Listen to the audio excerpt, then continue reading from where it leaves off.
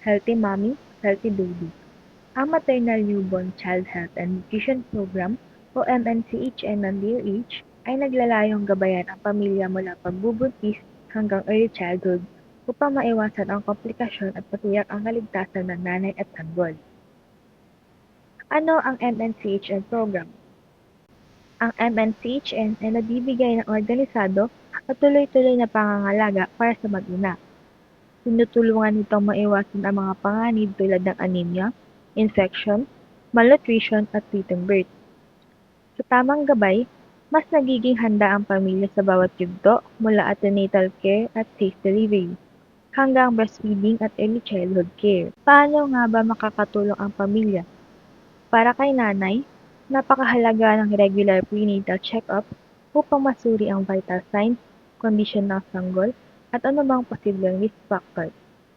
Kabilang dito ang pag-inom ng iron at folic acid, pagkain ng masusustansyang pagkain, at pag-inom ng sapat na tubig.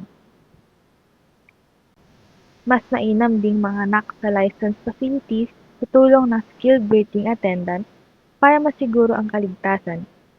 Kasama rin sa pangangalaga ang pag-iwas sa sobrang bigat na gawain at pag-aalaga ng mental well-being. Para kay baby, mahalaga ang unang yakap at early breastfeeding. Inirerekomenda ang exclusive breastfeeding sa unang 6 na buwan dahil nagbibigay ito ng proteksyon laban sa infeksyon at malnutrition. Kailangan ding kumpletuhin ang immunization schedule, panatilihing malinis ang kapaligiran, at dalhin ang bata sa regular growth monitoring upang masubaybayan ang timbang at pag-unlad. Para sa pamilya, bahagi rin ng MNCHN ang papel ng pamilya. Mahalaga ang suporta sa pangangalaga kay nanay at baby, kabilang ang pagtiyak na ligtas, maayos at malinis ang tahanan.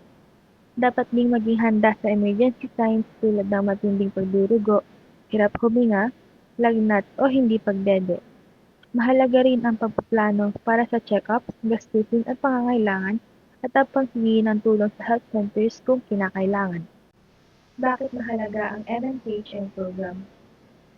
Mahalaga ang MNCHN dahil nagbibigay ito ng malinaw at tuloy-tuloy na gabay para maiwasan ang komplikasyon sa nanay at sanggol.